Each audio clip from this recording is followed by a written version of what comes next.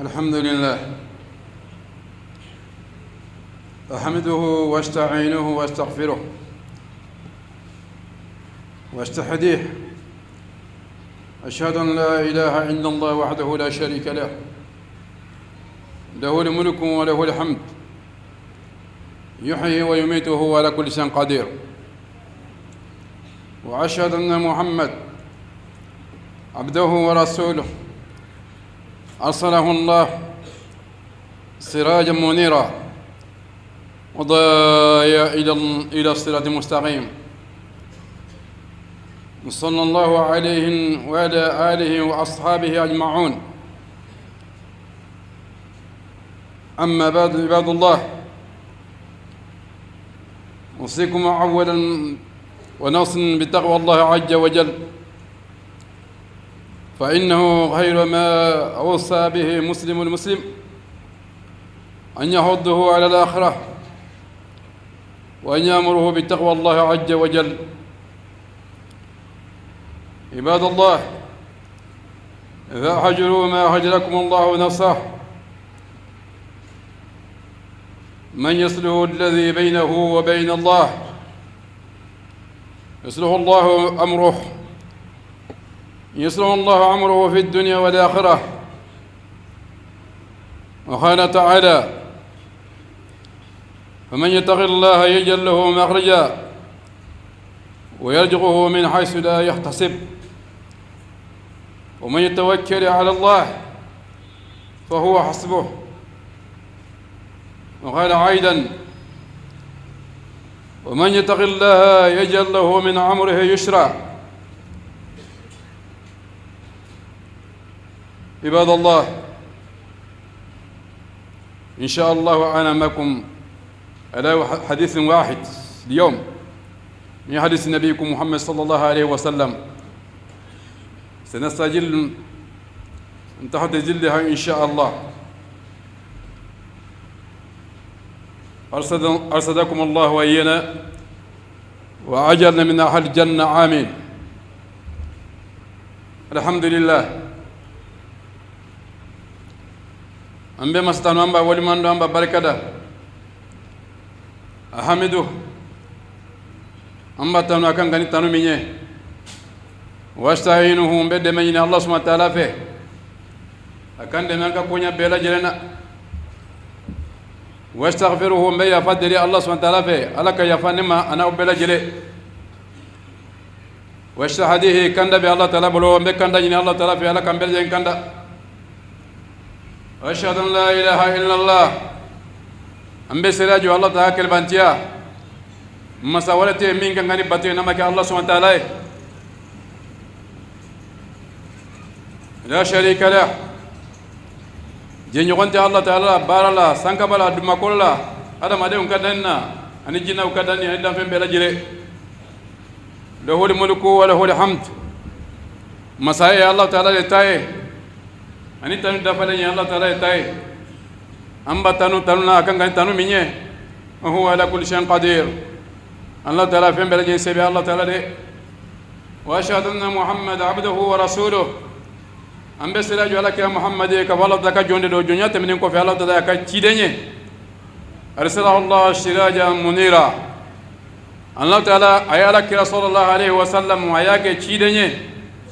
كيفتنا يلني من بينو نورو بالا ناي نورو بدان فين بلا جري وداعي إلى الصراط المستقيم. أيالك يا ولي بغي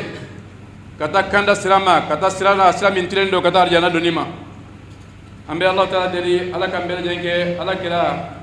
أكسا أتوقع نقولي توقع نقولي أمبي كشي كمان ما كمان ما ين الله تعالى برو أكو كمان كنتي كمية على كلا صلى الله عليه وسلم أنا كسر دونك أنا كسباو أني مغوا تقول تابلو كفوكا تسيبرا يونكان دنيا. عباد الله، أوصيكم أولا ونوصي بتقوى الله عز وجل. بيجا ملاك من دما أنير باكون مفلو أمبانيا مرمية على يسنيا ده ودبا دمنا فجيا كونو دبي إنا فلاهرا أمبي الله تعالى دي على يسنيا على كدوم بلجنga جغلا فإنه خير ما وصى مسلم المسلم ala sanya wode nyamare kanye min ka sana belaje silama ba balma silama na ba nyamare minye min ka sana belaje nye akawsani wori diye akawsani sanu diye akawsani wori je diye akawsani fem belaje way ka nyoko nyamarni ala sanya e belaje ka sala Allah taala nye ka ada made ibalma silama ka lasun kata Allah hara nyinima kada ka Allah ya sigiroy nya eteme yorode wa an ya'muruhu bi taqwallahi azza wa jal ka nyoko nyamane Allah taala ala sanyai ala min se ko tarendo ala sanya be ke chogodi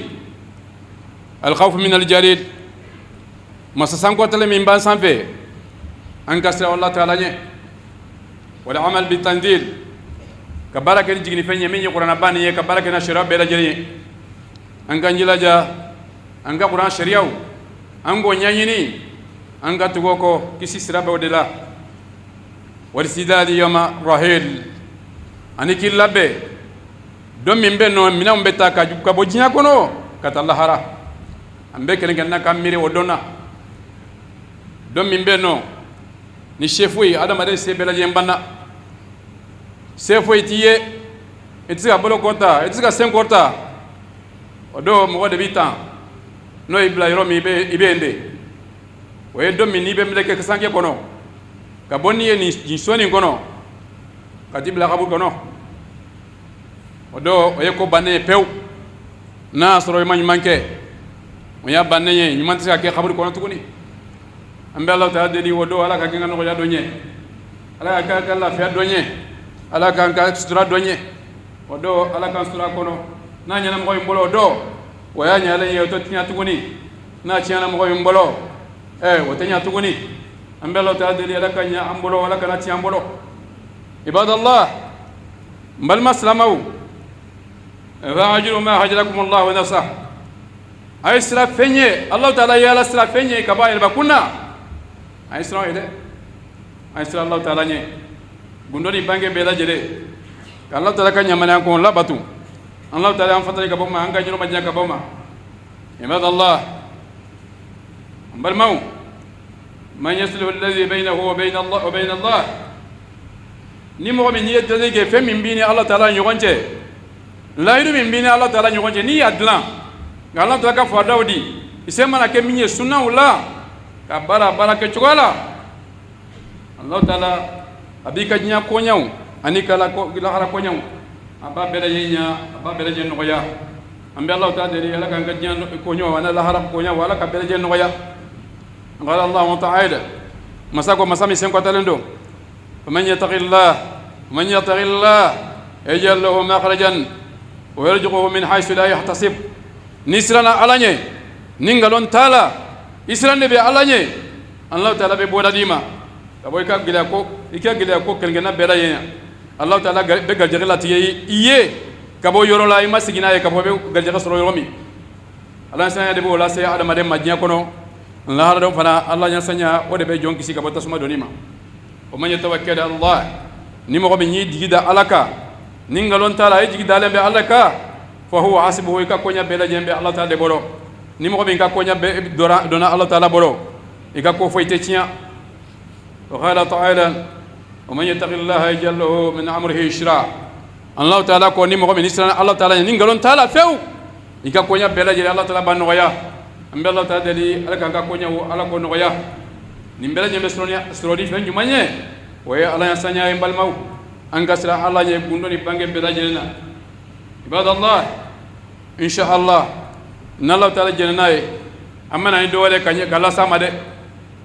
al hadith wahid mi hadith rasul nabiyikum sallallahu alaihi wasallam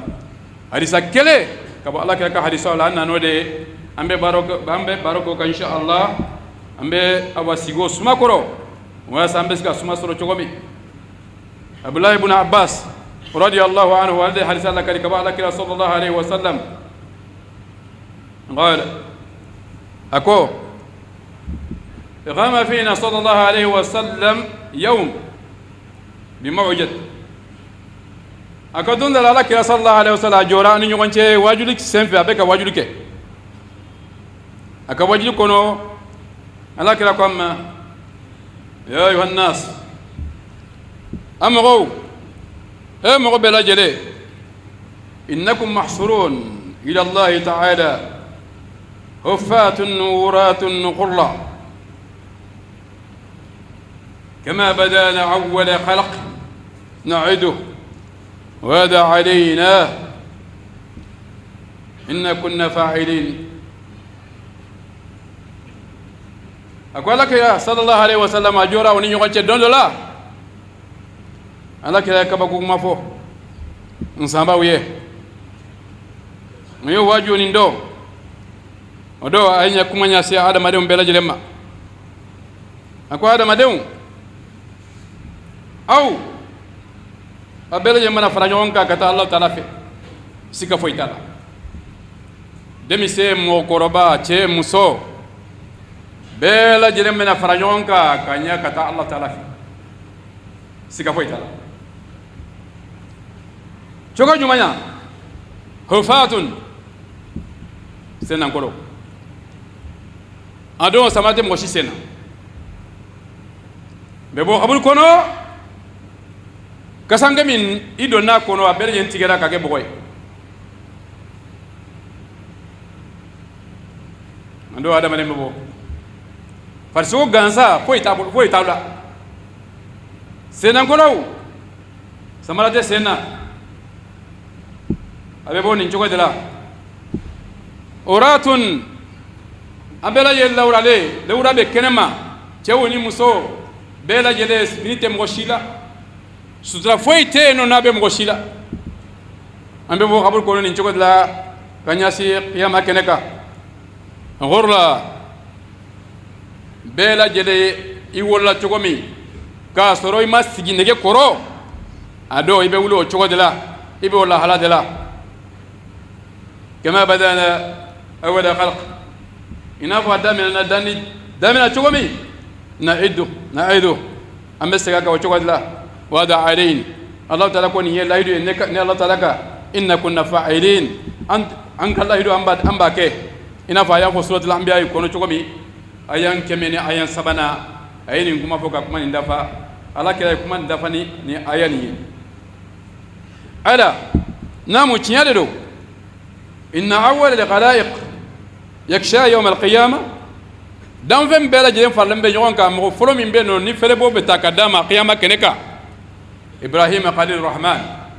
wa inna billahi ibrahim ambela jelen fa billahi ibrahim tawritigu belaje mi ko digi ale folo de ka ferebe wo beta kadama ka ferebo ka wulnay ala ka nema na kishibe billahi ibrahim ana nabi ma to belaje le ada nam tinyade do wa innahu sayuji bi rijal ala kala ko ngani ndo akaba ko mayoro e minye o benani mo godo ye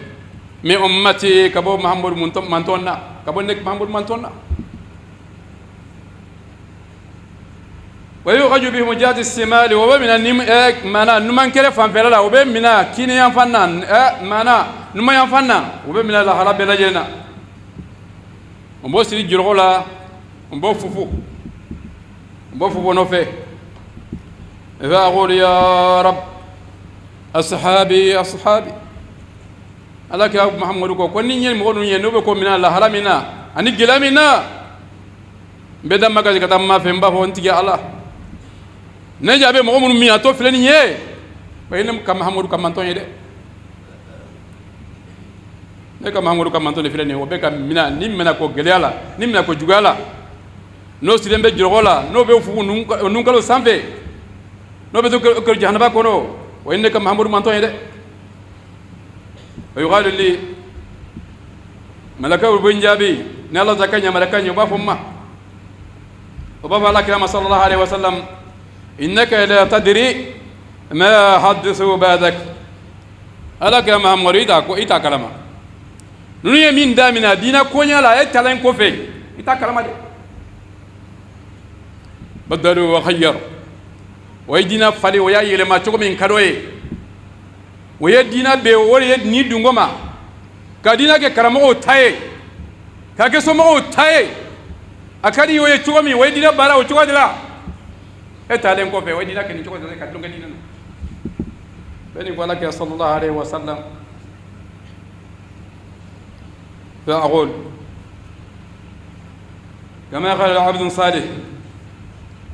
alaka ko ni yoro ndabali be ba alaka jonyuma na kuma to mi minye Isa alayhi salatu wassalam ay kuma mi nyona fo bana ba nyona fo وكنت عليهم صحيدا ما دمت فيهم إن كرا سيري نونيه وقت من نبي بالو ngo ni yugonche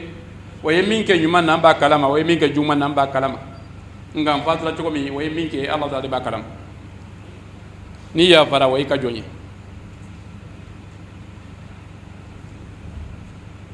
Allah ka amba ko ni chokota وكذا الله تعالى مكاننا هذا عزيز حكيم إنها في سورة مائدة كنا تقومي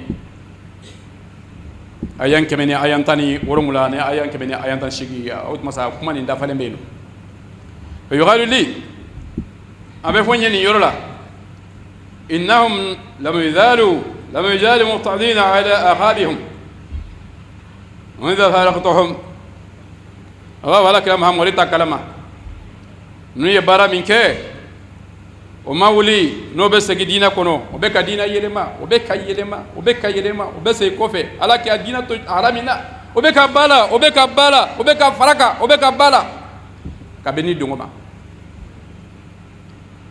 ka beni no falla nyogon na o be ni barada ina fa bela jemba kalma chogomi dina kera akera tonkoye dina kera la da koye dina kera min kadinye min kan kara moy mi fot masambo dila har na so tetien عباد الله هاجروا معنا هذا الحديث اي تاسيك حديثا لني مبالا بكل جنا حكلي ماي كاجاتك بو ما سي مو كافي امبلا هرا من نمبا كلامو soni mena sedro ibe kuma dome imadile ka minye kitabu sahalen kono imam mimme ka bala kana ka sahaba wala ibo belaje manka jamana kono nkari ka mo ye chogo me ba fo chogola akalo yo ko baka chogo me ba ko chogola ala kala ka bangeni kala kala ka sirafo ala kala bangeni chogola gela munu ya soro wallahi ni yefe tanende nga fe munu be ka kono aje bere abela je nya bala de ama she mo shika da sama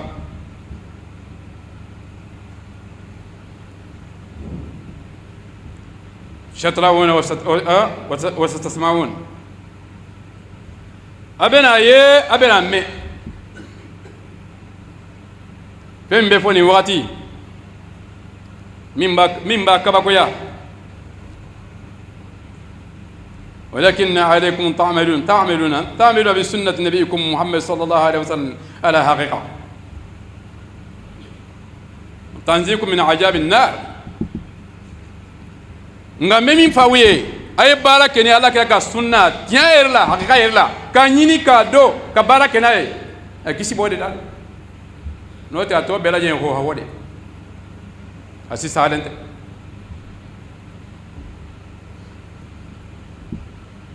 أسألكم الله وإيانا وأقول حاجة واستغفر الله لي ولكم ولسائر المسلمين كل جنب إنه هو الغفور الرحيم والحمد لله الذي لم يتخذ ولدا ولا شريك له في الملك فكبروه تكبيرا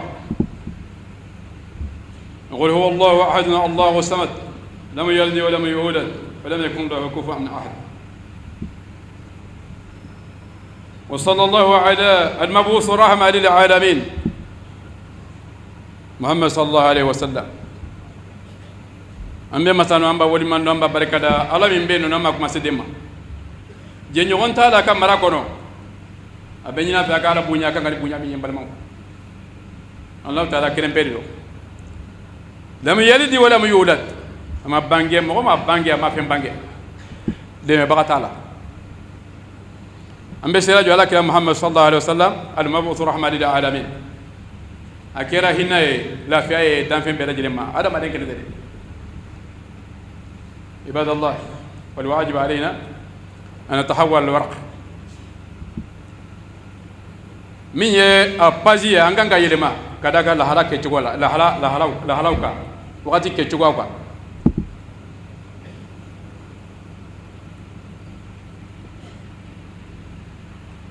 يقول سبحانه وتعالى من بدأ وجه الله من الشيطان الرجيم واعتصموا بحبل الله جميعا ويتفرقوا وقال أيضا واتعوا الله ورسوله ولا تتنازعوا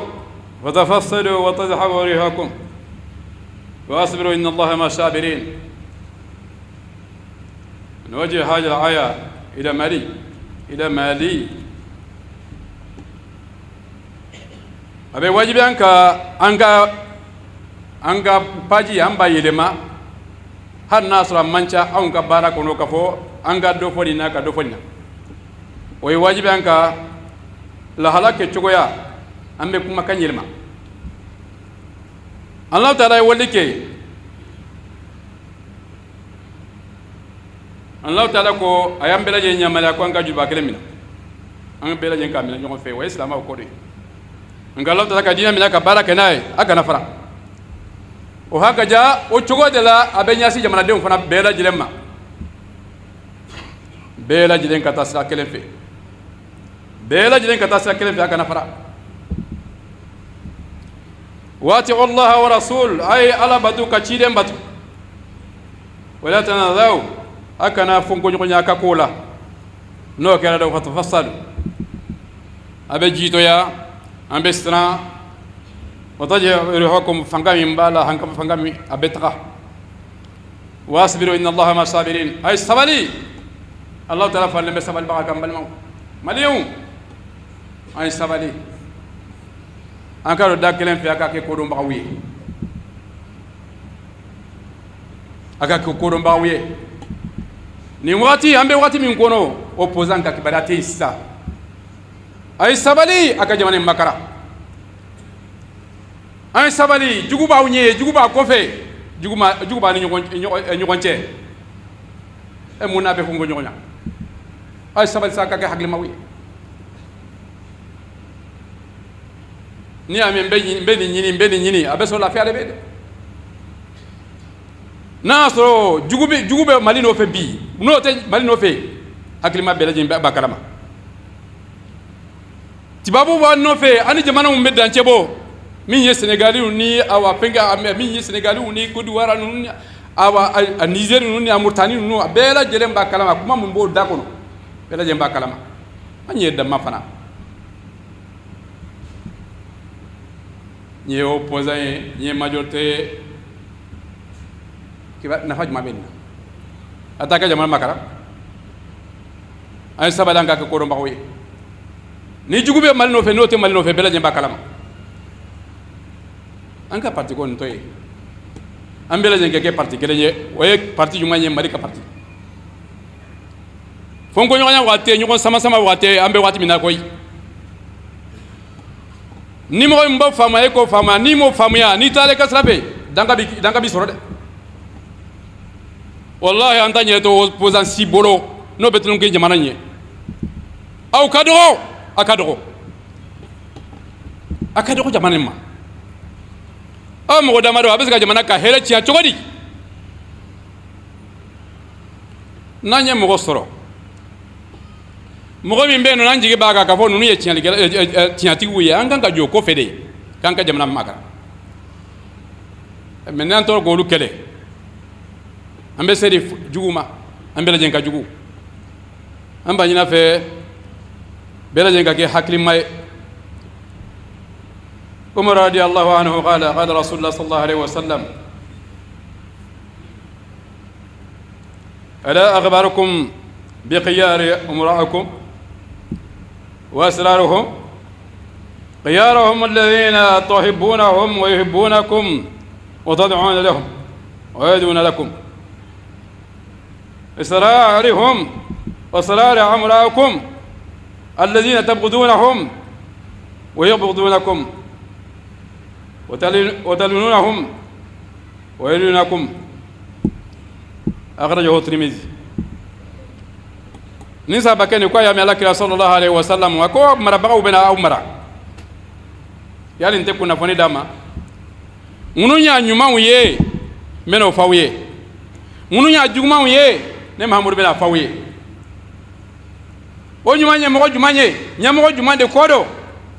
nyamo no mbeno no na dro jamana dem bela nyembe diro no fe bela nyembo fe e kwadi bola jile nye bela nyembe duwa ukoye olu fana be duwa ukoye jamana de unye woda ka mo nyuma wede niye malsigi 80% ni mbela jelen ko ambe mara mi ko gorama mi banku na bimbi anko debe o de mayil sowe bagay ambe duwa ko yesu nitile mo min ko manyi na chara waye bu kam honde ka bo mo kebe kono o beska munde bo mo bisegida aki hakil ma wesa akwanga nyamo o juguma nyamo bunu nyana to kalama mbo fawiye nyamo bunu beno nayo yedro mandawiye aw fana mando olu fana abo olu danga olu fana ba danga wolde ka nyamo jugu ye har na ta kalama politiki mo bi ni ya tofo wallahi bela jabatige yala politiki mo ya dama mo de wa sabal sa o ka jamana lafiya juuni mbo kofe anjugu mbo kofe an seto ulla me amuru me nyoga ambe jamana kelen ko na nyana wot masanya na mbele na chena na mbele jine ata hakil sorowa jamana sora yiromi asera yoro la mbele jenka franyonga anga do ke jamana nye ambe Allah taala deli jamana ni alaka sabati jamana ni alaka fangadama jamana ni alaka shedama jamana ni alaka jugu malo minye tibabu ye minye français uye minye américain uye mo be no dam mo be jamana fe mo fembe no be jamana njuala ala ko malwanye ala kana sedo mo ensemble abadan ananda fe mun jamana mun be no munum be andeme no banga geleado ala ka hera koye mo munum ban jamana mun no ban kele ambe Allah taala de la kan kiso toroma ala kiso toroma ala kilmandoma ala kiso toroma ya rabbi ala gelami be jamana ngono ya rabbi ala gelani ala ka wuli ala kan ne bagaye kisi sirate fo ambe sakele mi kasisa ambe taka anga kuma balma ufe minye politiki mo yanka kuma ufe obe mina jamani nka hina ko mina ukasabali jamani nka bolu makoyi olu kadoko umqadirun ukadoko mafoi jamani mfamba bela jire olu le ba fe ka jamani jigi dinga kono no lu kelen kan fay ambe ala de la ka hakil mandoma politiki mo yate do wore koyi amba do be na fade jini men ni ame ka fon na fa abe soro jamana be de ngana bo sambe la jilina wot masana fa be soro ko mana opposant ko te opposant ka sabali ko hakil soro ambe profite ka almamu bela jen ka chifawe ko bela jen ka do bela jen fengo fe ye jamana de bela jen ka do ko jamana bisikala ju irena si kana jo yere la bela je ka duwa ko jamana ni kada kana nyana anyana be na jora ajora be na chiana achana be la yele ambela haramuna anka l'amerike anka famalike ambela ta de yala ka hagil mandama ala kala banko mandama an jugo ala ko malo anga kelgede wala ka sedo ma anga kelgede wala ka sedo ma ala ka fanga doma ya rabbi ala kala mo shisola ala ko tanga ala ko kishi ala ko tanga ala ka sebe la je koye ya rabbi ala kan kanda ala kan deme ambe samaya de la halbi samaya maba ambe Allah ta de jinyuma ya rabbi Allah kan wayne yini mane ala kan wayne ala ka hera kanye ربنا هب لنا من ازواجنا وذرياتنا قرة اعين واجعلنا اماما ربنا هب لنا من ازواجنا وذرياتنا قرة اعين واجعلنا اماما اللهم اغفر لنا ذنوبنا كفر عنا سيئاتنا وتوفنا مع الابرار ربنا لا تدع لنا في مقامنا حاجا ذنبا الا غفرته ولا دين الا قضيته ولا عيب الا سترته ولا عدو الا خجلته ولا عدو إلا خجلته ولا عدو إلا خجلته ولا عدو لمال إلا خجلته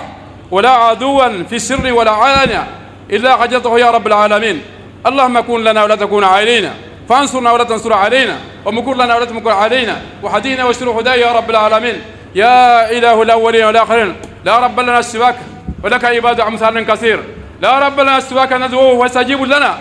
فعانا دعوناك فاستجيب لنا يا رب العالمين.